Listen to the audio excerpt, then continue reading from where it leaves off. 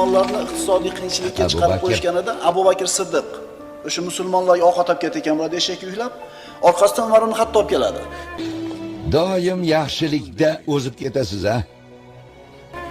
Umar ibn Xattob o'g'li Abdulloh bilan eshakni yetalab ketyapti. Ustida oziq-ovqat musulmonlarga, Banu Hoshimga. Shuni Qurayshning odamlari to'sib, u yoqqa o'tkazmaslikni aytishdi. Xullas haligilarni cho'chitib, orqasiga qaytarib olgandan keyin o'g'li aytadi: "Ey dada" dedi, "qo'rqmadingizmi ular uchta ekan" dedi.